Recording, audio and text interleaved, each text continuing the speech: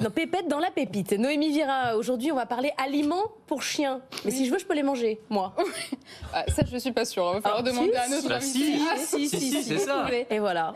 Donc c'est vrai que c'est un peu fichu pour les animaux de compagnie. Donc ce sont la nourriture fraîche. C'est de la nourriture fraîche pour les chiens et les chats, des repas sains comme une alternative aux produits industriels, aux croquettes industrielles. Donc c'est le concept de Pépette. Avec nous en plateau ce matin, Marine Tersical, bonjour. Bonjour. Vous êtes fondatrice de cette start-up. Alors comment sont élaborés les menus et effectivement, est-ce qu'on peut les manger nous aussi? Exactement. En fait, on remet de la vraie nourriture fraîche dans les gamelles des chiens et des chats. On propose une alternative à l'alimentation ultra transformée qui règne dans les gamelles depuis plusieurs décennies. On sait aujourd'hui la nocivité de l'ultra-transformation alimentaire sur notre santé à nous, humains.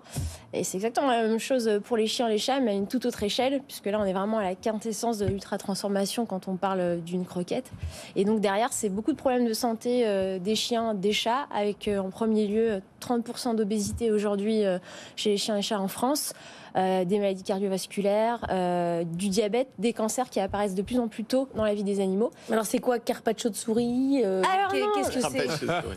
En fait, on revient à de vrais ingrédients bruts, donc naturels, sains. C'est du poulet, c'est du bœuf, c'est des légumes qui sont simplement cuits à basse température, sans transformation supplémentaire, donc sans additifs, sans colorants, sans exhausteur de goût que vous pouvez trouver à gogo dans des croquettes ou dans des pâtés industriels.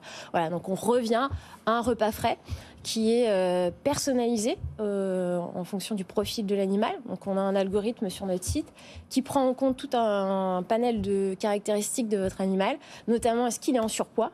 Et à ce moment-là, on vient calculer son besoin énergétique et on vous propose la formule alimentaire qui va parfaitement couvrir ses besoins au quotidien. Et dans le cas d'un surpoids, le faire revenir à son poids de forme en moyenne au bout d'un mois et demi. C'est le comme j'aime pour les chiens, quoi. Ouais, c'est un peu le comme j'aime pour les chiens, effectivement. C'est quasiment aussi cher. C'est 100 euros, 100 euros par mois, le panier moyen. Là, c'est pour le caniche royal, quoi. C'est pas... Alors, on démarre, par exemple, ça dépend du poids de l'animal, notamment, et aussi des repas qui vont être choisis, parce qu'on... Aujourd'hui, voilà, par exemple, un ingrédient comme le poulet sur le marché, ça a pris énormément. On a des ingrédients comme le poisson qui sont un peu moins chers. Donc, pour un chien de 5 kilos, vous en sortez pour 50 €, livraison à domicile incluse. Comment ça fonctionne? Parce que j'imagine que la question de la logistique est essentielle pour vous, à la fois dans la fabrication, où est-ce que vous fabriquez, et ensuite par la livraison. On a eu récemment Chronofresh. On les a pas mal challengés. On leur a dit qu'on avait beaucoup de start-upers qui vous de la tête. Ouais. On leur a dit qu'ils nous disaient quand même les retards de livraison, les non-livraisons, les no-shows, les cartons abîmés. Il n'était pas content, le monsieur de Chronofresh. C'est un sujet. Aujourd'hui, nous, on travaille avec Chronofresh, effectivement, pour une livraison à température. Ça se passe bien?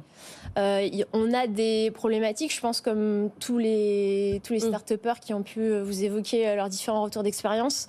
Il y a un enjeu, parce qu'aujourd'hui, Chronofresh a le monopole sur le marché, et que ce marché de la livraison en frais ne fait que augmenter. Donc voilà, pour connaître le patron de Chronofresh, il y a des choses qui sont mises en place aujourd'hui, et on travaille aussi avec eux pour leur faire nos retours d'expérience et faire en sorte qu'ils améliorent l'expérience client, parce que c'est un enjeu stratégique pour nous. Anthony. Je vais me faire un peu l'avocat du diable, mais ça va pas un peu trop loin quand même, parce que on voit les photos, ça a l'air très très bon. Sûr que Anthony, franchement, quand industriel, c'est forcément bon. Mais non, mais c'est pas du tout ce que je dis, Christophe, c'est pas du tout ce que je dis. Mais votre chien, il passe à table avec vous, Non mais attendez, franchement, est-ce qu'on n'est pas dans la dérive anthropomorphique, c'est-à-dire vraiment on prête aux animaux des caractéristiques humaines? Il y a un business pour ça. Oui, alors ça j'ai bien compris, mais c'est très bien et bravo, force aux vendeurs, il y a aucun souci. Mais est-ce que finalement les chiens ils sont heureux à manger des croquettes? Qu'est-ce qu'on a besoin de leur donner des trucs qu'on pourrait servir dans un restaurant parisien? Je vois les plats, j'ai l'impression que vous pourrez me les servir à moi. Bien sûr. Non mais vraiment, est-ce que c'est pas un peu exagéré? Après, le problème de surpoids des chiens, faites-les moins manger, quoi. Je veux dire, juste, on n'a peut-être pas besoin de leur servir moins de croquettes. Allez, Marine, c'est un peu plus complexe que ça. Déjà, je vais vous poser une question. Est-ce que vous pensez qu'un chien dans la nature chasse une croquette? Non, probablement pas. Voilà, la croquette, c'est une invention. J'ai pas l'impression qu'ils soient malheureux à manger des croquettes ou de la pâtée. J'ai vu beaucoup de chiens manger des croquettes. Aujourd'hui, les chiens et les chats sont en surpoids, notamment à cause des compositions des croquettes. On a une croquette aujourd'hui, dans une croquette premium, plus de 30% de glucides. C'est l'équivalent d'un burger. Bah donnez-en moins, du coup, non? Mais c'est pas possible, parce qu'aujourd'hui, pour faire une croquette, vous avez besoin d'une base amidonnée. C'est ce qui fait que ça conglomère la farine. Et tout simplement, on ne peut pas se passer de ce pourcentage de glucides qui est présent dans la base amidonnée. Pour donner, par ailleurs, les compléments nécessaires, c'est ça. Il faut... Alors non, il y a autre chose, c'est qu'ensuite, tous ces ingrédients seront passés à plus de 150 degrés. Donc vous perdez toutes les vitamines, tous les nutriments qui sont naturellement présents. On parlait tout à l'heure d'une petite anecdote. Aujourd'hui, nos chiens et nos chats font en moyenne 2 fois moins de déjections que des chiens et chats qui consomment des croquettes. Ça, c'est un vrai argument. Ça, c'est un vrai argument. Ça, je l'entends. Plus d'1 million de repas livrés quand même. Donc évidemment, il y a un marché. Vous avez déjà levé 6 millions d'euros. Donc ça marche bien. Il y a un marché. Il y a combien de chiens et chats en moyenne que vous servez, dont vous servez les repas? Aujourd'hui, on en a un peu plus de 2000. Ouais. Voilà. Et on a un enjeu assez important à venir dans l'année puisqu'on démarre la construction de notre site de production.